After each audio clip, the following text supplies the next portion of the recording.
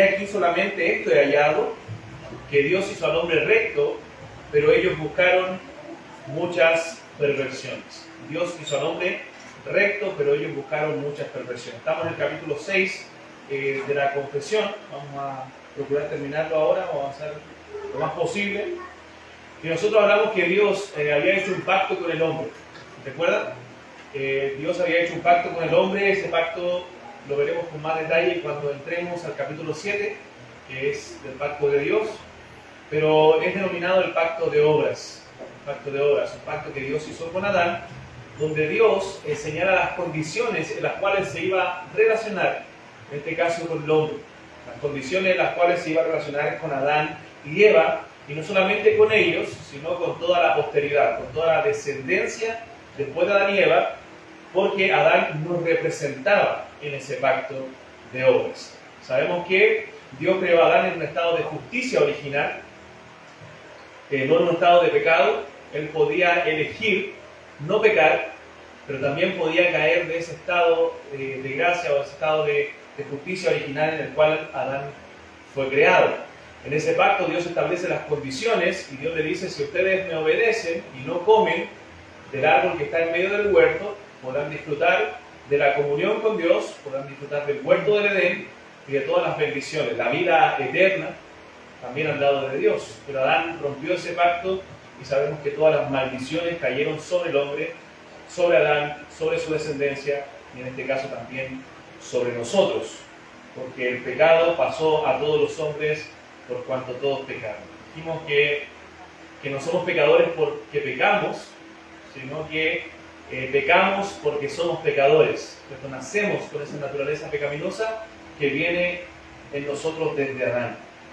Ellos pecaron y nosotros con ellos. Adán rompió el pacto, como dice Oseas,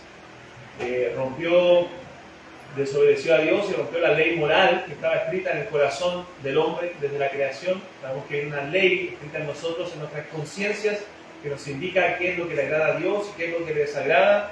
Y también rompió ese mandamiento adicional o esa ley positiva, ¿cierto?, que era el mandamiento de no comer del árbol que está en medio del huerto. Entonces fueron engañados y transgredieron la ley de Dios y por eso cayeron de ese estado de justicia original. Fue la transgresión a la ley lo que llevó a Adán a caer de su estado, y eso es lo que es el pecado, ¿cierto?, transgredir la ley de Dios.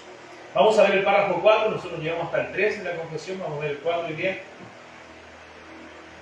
que dice: de esta corrupción original, por la cual estamos completamente indispuestos, incapacitados y opuestos a todo bien y enteramente inclinados a todo mal, proceden en sí todas las transgresiones.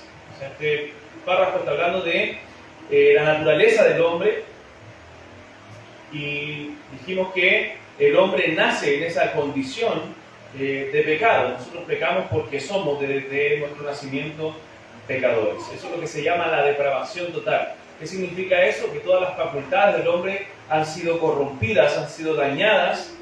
Por lo tanto, después de la caída somos siervos del pecado. No es que el hombre pueda hacer todos los males que se le ocurran, porque en la misma confesión dice que Dios es el que le pone límite incluso a la maldad de los hombres. O sea, el hombre no es más malo, el hombre no hace más maldades, ¿cierto? Hoy día en la sociedad, en la humanidad, porque Dios restringe el pecado, Dios restringe la maldad de cierta forma. Entonces, la depravación total significa que todas nuestras facultades han sido dañadas por el pecado. Mente, corazón, nuestros afectos han sido contaminados después de la caída, de tal forma que el hombre no busca el bien. El hombre busca solamente el mal y su corazón está inclinado al pecado. Entonces, la fuente de nuestros pensamientos pecaminosos, la fuente de nuestras concupiscencias, nuestros malos deseos, está en la caída que viene de Adán y Eva. La naturaleza corrupta que fue traspasada a todos los hombres desde Adán. Dijo el Señor Jesucristo en Mateo capítulo 15, versículo 19, porque del corazón, ¿cierto?, nacen o salen los malos pensamientos, los homicidios, los adulterios, las fornicaciones, los hurtos, los falsos testimonios, las blasfemias. O sea, los pecados nacen de nuestro propio corazón pecaminoso. Entonces, nuestro peor enemigo somos nosotros mismos, nuestro ser interior. Por eso el apóstol Pablo le decía: ¿quién me librará de este cuerpo de muerte? Porque el pecado aún mora en nosotros, aún hay un remanente de pecado en nosotros los creyentes, aunque el hombre está totalmente contaminado, está inclinado solamente al mal. En el creyente, a pesar de que en el estado de gracia ha sido transformado, aún hay una naturaleza pecaminosa en nosotros que nos lleva a pecar, que nos incita al mal. En Santiago capítulo 1, versículo 14, dice el escritor: cuando alguno es tentado, no diga que es tentado de parte de Dios, porque Dios no puede ser tentado por el mal, ni Él tienta a nadie, sino que cada uno es tentado cuando de su propia concupiscencia es atraído y seducido. De nuestros propios deseos pecaminosos, esos deseos carnales que están en nosotros, somos atraídos y seducidos. Entonces la concupiscencia, dice el texto, después que ha concebido, da a luz el pecado, y el pecado, siendo consumado, da a luz la muerte. Hermanos, no pecamos accidentalmente. Es por nuestra naturaleza pecaminosa que nosotros pecamos, que nosotros le fallamos a nuestro Dios. Entonces, el hombre sin Cristo, y a eso se refiere aquí el párrafo de la confesión, está totalmente corrompido, es incapaz de hacer el bien y es incapaz de agradar a Dios por sus propios medios. Es incapaz de agradar a Dios por sus propias fuerzas. Ese hombre sin Cristo está muerto espiritualmente, está insensible a las cosas espirituales. El hombre no puede por sí mismo buscar a Dios. Por eso dice la Escritura que el hombre natural no percibe las cosas que son del Espíritu de Dios, porque para él son locura y no las puede entender porque se han de discernir espiritualmente. Y en contraste a eso, dice el texto que nosotros tenemos la mente de Cristo. ¿Por qué? Porque el Espíritu Santo ha venido a morar en nosotros y tenemos al Espíritu de Dios y la mente de Dios. Entonces hay una incapacidad total del hombre para buscar a Dios por sí mismo para la salvación. Entonces, hermanos, eso nos enseña varias cosas. Por ejemplo, hay mucha gente que cuando, creo que pasó un poco ese revuelo en Argentina, cuando estaba el candidato Milei, y otros, pasó un poco con Kast aquí en Chile también, que cuando viene alguien que pareciera poder cambiar la sociedad, ¿cierto? La gente lo hace inmediatamente su Mesías, su Salvador, como aquel que puede solucionar los problemas del hombre. Pero la Escritura dice que el problema del hombre, o la solución al problema del hombre, no es un hombre, porque el problema está en el corazón del hombre.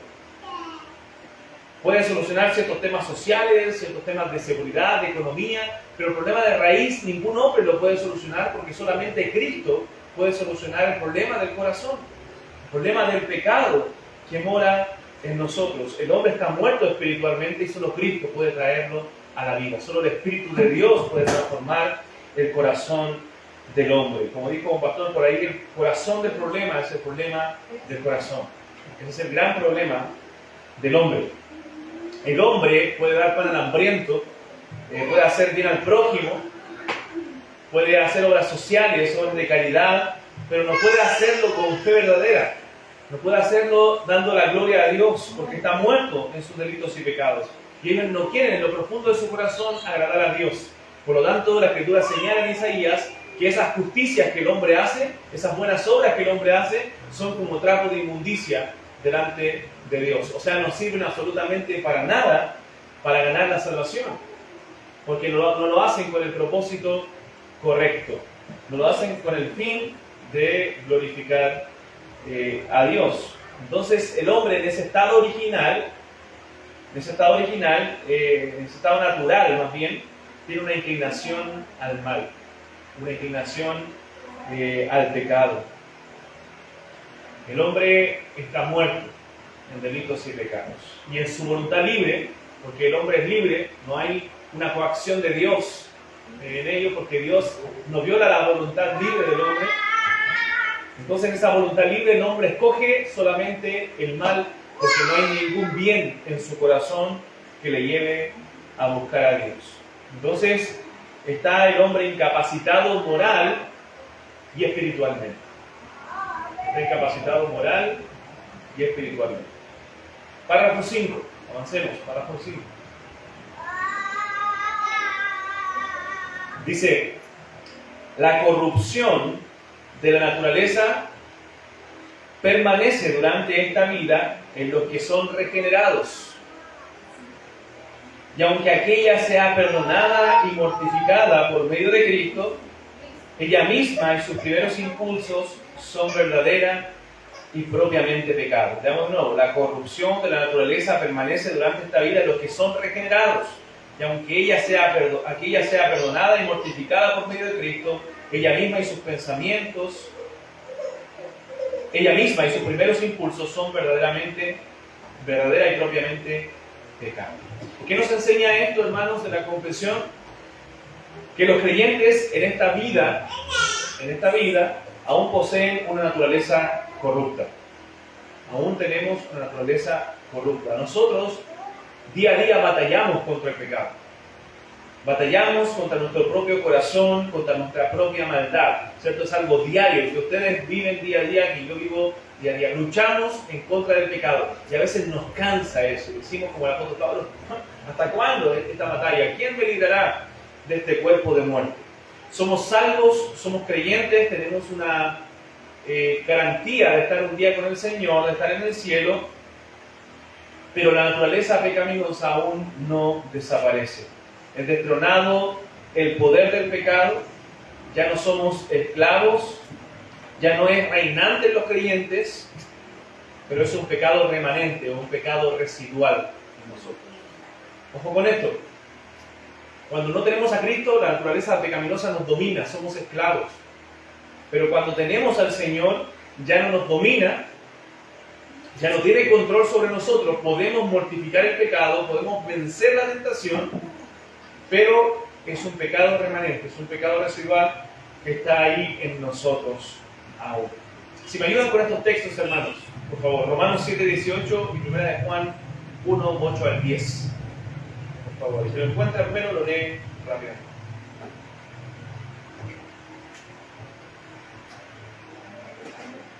Romanos 7:18. Y yo sé que en mí, esto es, en mi carne, no mora el bien, porque querer el bien está en mí, pero no el hacer. Amén. Entonces el apóstol Pablo está hablando de su naturaleza pecaminosa. El pecado aún está ahí, latente, remanente, residual en el corazón del hombre. Primera de Juan 1:8 al 10. Amén. Amén. Si decimos que no tenemos pecado, nos engañamos a nosotros mismos y la verdad no está en nosotros. Si confesamos nuestros pecados, Él es fiel y justo para perdonar nuestros pecados y limpiarnos de toda maldad. Si decimos que no hemos pecado, le hacemos a Él mentiroso y su palabra no está en nosotros. Amén. O sea, aún hay pecado en nosotros. Si decimos que no tenemos pecado, le hacemos el mentiroso. Somos mentirosos. ¿Por qué? Porque el pecado permanece en nosotros. Pero ¿cuál es la diferencia? Bueno, el pecado ya tiene un cambio profundo en el creyente, en el Hijo de Dios. Ya no es nuestro dueño, ya no nos domina, ya no nos controla.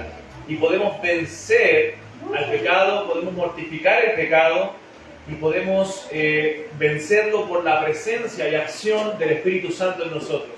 Hermanos, el Espíritu Santo mora en el creyente. Por lo tanto, podemos mortificar el pecado, podemos vencer el pecado. Hemos sido perdonados por la sangre preciosa de Cristo. Y dice la Escritura que en Él, en Cristo, somos más que vencedores. Hermano Daniela, que viene otra vez. Somos más que vencedores por medio de aquel que nos amó. Somos más que vencedores por medio de aquel que nos amó, por la obra de nuestro Señor Jesucristo. Colosenses capítulo 3.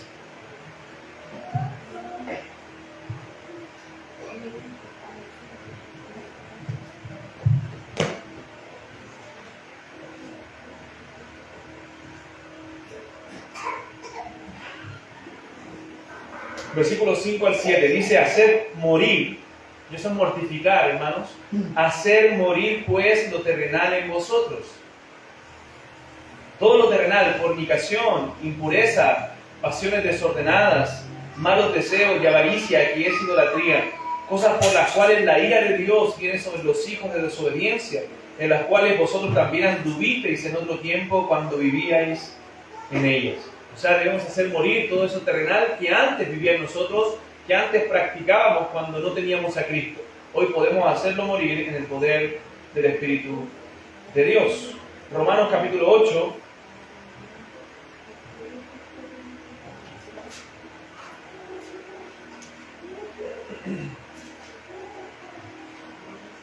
Romanos 8, 12 al 14. Capítulo 8, verso 12 al 14 dice: así que hermanos, deudores somos, no a la carne, para que vivamos conforme a la carne. Porque si vivís conforme a la carne, moriréis. Mas si por el Espíritu hacéis morir las obras de la carne, viviréis. Porque todos los que son guiados por el Espíritu de Dios, estos son hijos de Dios. O sea, debemos vivir bajo la guía del Espíritu Santo y hacer morir las obras de la carne, o sea, mortificar las obras de la carne, mortificar el pecado. ¿Por qué? Porque Dios nos ha capacitado, nos ha habilitado para hacerlo desde el momento en que creímos por la fe en Jesucristo. Desde ese momento fue quitada el yugo, fue quitada la esclavitud en la cual estábamos presos al pecado, y ahora nosotros podemos hacerlo morir. ¿Se da cuenta la libertad del hombre, cómo va cambiando en los estados? Lo vamos a ver cuando veamos el libre albedrío, y habla de los estados del hombre. El estado de justicia original, Adán tenía una libertad total para poder no pecar y para poder pecar si él lo decidía. Luego en el estado caído vemos al hombre libre, pero esclavizado al pecado. O sea, libre de escoger, pero cuando él escoge solamente el pecado, escoge el mal. Y en el estado de gracia, en el estado regenerado, nosotros hemos sido librados de la esclavitud al pecado y podemos elegir nuevamente no pecar. Aunque hay naturaleza pecaminosa, aunque hay residuos de nuestro pecado en nosotros, podemos elegir no pecar. Entonces, hermanos, debemos hacer morir lo terrenal, y eso significa que el pecado cada vez tenga menos incidencia en nosotros. Cuando hacemos morir lo terrenal, mortificamos el pecado, comenzamos a caminar más en santidad, no alimentando las cosas que desagradan al Señor, no darle comida, ¿cierto?, a esa naturaleza pecaminosa, no darle comida al pecado, sino comer lo espiritual para que así crezcamos en santidad. Entonces, esa naturaleza pecaminosa tiene un cambio profundo cuando se llega a Cristo. Hemos sido transformados. Pero a pesar de ese cambio profundo en nuestro corazón, a pesar de que hay un cambio en nosotros, hemos sido regenerados, la naturaleza del hombre sigue siendo pecaminosa. ¿Tenemos malos pensamientos? Lamentablemente sí. ¿Tenemos malas palabras? Sí. ¿Rompemos los mandamientos? Sí. Pero debemos seguir luchando contra el pecado. Hermanos, esta es una lucha que se termina cuando partamos a la presencia del Señor. Es una lucha que debemos batallar constantemente en esta vida hasta que vamos a la presencia de Dios. Ahí se acabará la lucha contra el pecado. Debemos seguir corriendo con perseverancia esta carrera que tenemos por delante, puestos los ojos en Jesús. El pecado nos contamina, el pecado causa el mismo daño que le causó a Adán, apartarnos de la comunión con Dios, apartarnos de nuestra cercanía con nuestro Señor y de disfrutar las bendiciones espirituales que tenemos en Él. Eso es lo que causa el pecado, por eso que debemos mortificarlo. No nos permite tener una buena relación con Dios. Entonces, hermanos, tenemos la facultad para poder evitar el pecado, la tenemos en Cristo, porque en Él somos más que vencedores por medio de aquel que nos amó, dice la Escritura. Amén. Hasta ahí lo vamos a dejar nomás brevemente para tener nuestra reunión de miembros. Oremos al Señor.